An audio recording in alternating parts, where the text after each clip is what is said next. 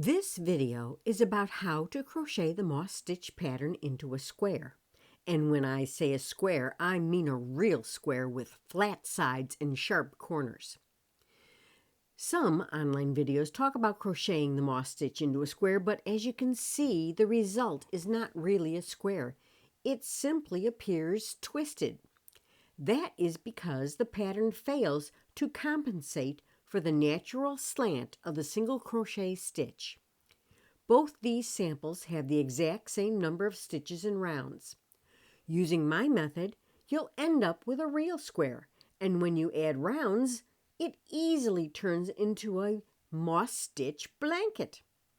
As you can see, the twist on this sample is particularly prominent when the colors change and when more rows are added. No matter how hard you tug at the corners, it will always return to its twisted tendencies. Let me show you how to make the moss stitch square, untwisted. It's absolutely perfect. Okay, so to start our square, we are going to take our yarn and form a slip knot and put it on our hook.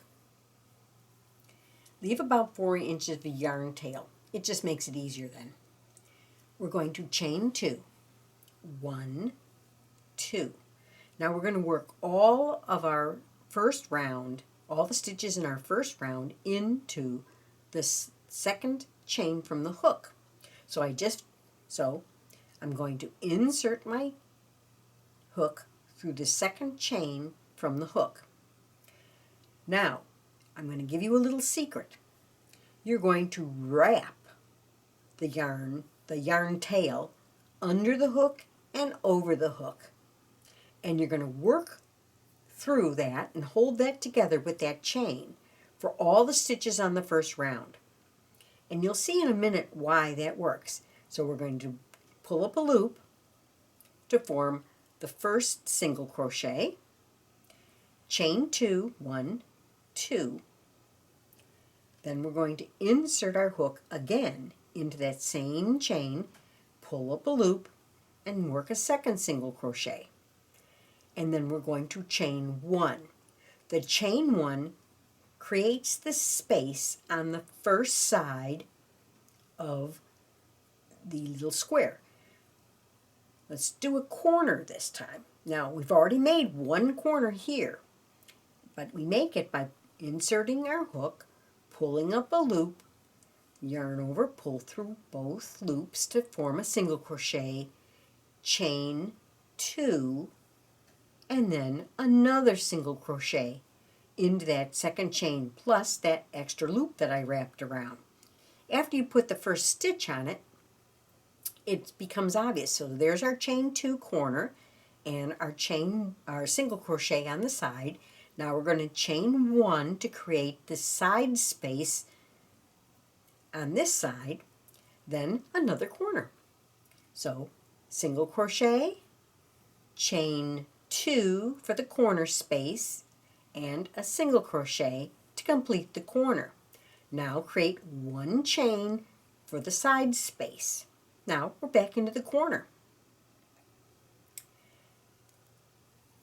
A single crochet, chain 2, and another single crochet to form the 4th corner. See how our 4 corners have formed? And of course, we need, now notice I just pulled this yarn to the back because we won't need that for a while. We'll leave it back there. We're going to chain 1 to create the side space on this last side.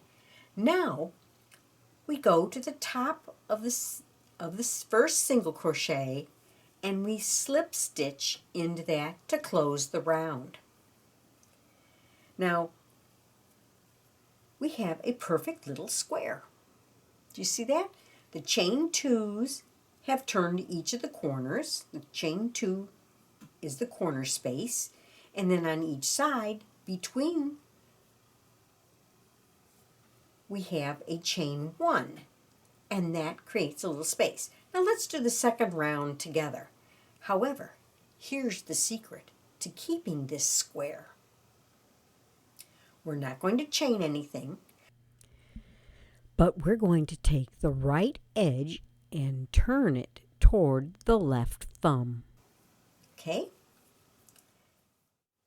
See how the feeder yarn goes right across the space, the first space I want to go into? It makes it perfect setup. So I'm going to insert my hook in the side space that we created by the chain one and pull up a loop and complete a single crochet. That's the first single crochet of this round. And then I'm going to chain one because I'm still on the side. In the corner space, I'm going to work a single crochet, chain two, and a single crochet. Since I'm on the side again, I'm going to chain one. And then I'm going to find that chain one space between the two single crochets, and I'm going to work another single crochet, chain one. Then I'm into the corner again. So I'm going to work a single crochet, chain two, and a single crochet, chain one to start the next side space on this side.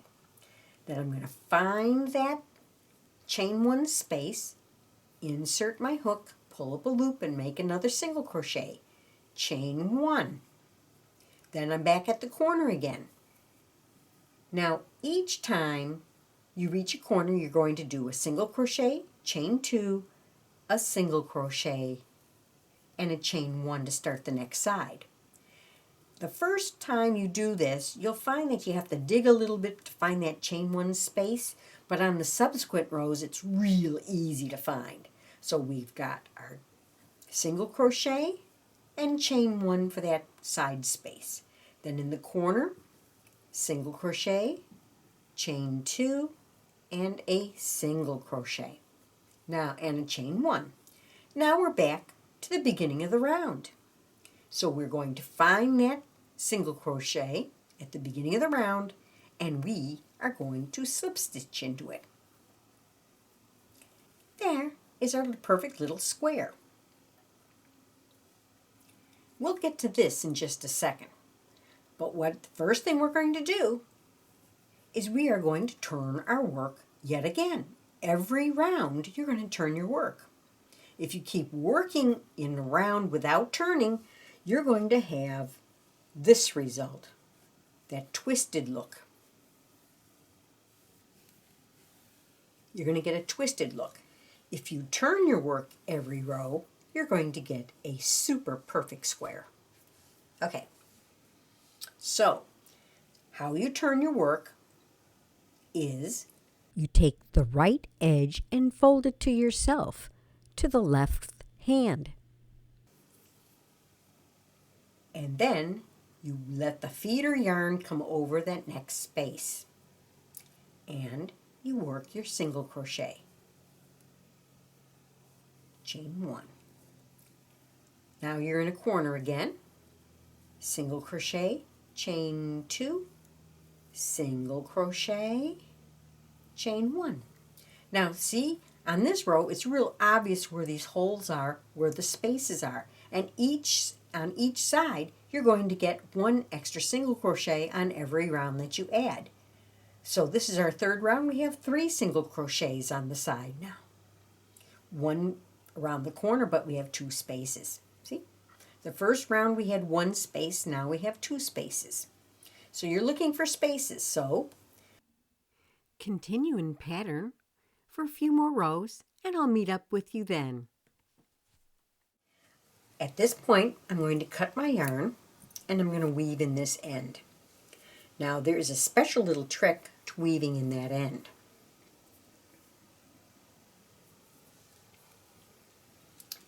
Just stitch under here, and then come up over here. And that closes that up very, very neatly. Now, I find on this particular stitch pattern, I like to go back and forth a little bit, making sure I pick up the back loop and then the little bump on the back. And then coming back, I'm picking up the little bump and the back loop. So I'm going to continue in this fashion But if you really want a really tight center, remember how I had worked around this loop? All you have to do is pull this loop and it closes that little center up. Then simply weave in the end under the first row of the stitches. Go back and forth a couple of times and that'll secure the end. Now, I'm not going to cut this end because I want to leave it as a marker, but I know it's already woven in, so when I'm all finished, I can just snip it off. The trick for changing colors in this pattern is you must learn to recognize the front of the last row from the back side of the last row. Here's how to tell the difference. The front side has 2 loops at the top facing you. The back side has only 1 loop at the top. It's that simple. You always want to start with the back side facing because you must always turn your work after each row, even with a color change. With the wrong side facing me, I'm going to put my hook in any side space. Don't put it in the corner, put it in the side space and pull up a loop.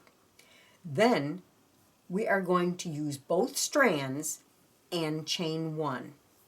So here we go, chain 1. Now you can pull this loop all the way through, it'll help lock it in. This chain 1 with the double strand acts as the first, and you count it as the first single crochet. Then chain 1. Now we're going to go into the next space, side space, and single crochet and chain 1. See how that added yarn here looks just like a single crochet? That's what we wanted it to do. Okay? Continue just as you had for the other color and just work a few more rows and I'll meet up with you then. You've just mastered the moss stitch square untwisted. I hope you enjoyed this video. Please click the subscribe button and ring the bell to receive notifications of upcoming videos. Happy crocheting!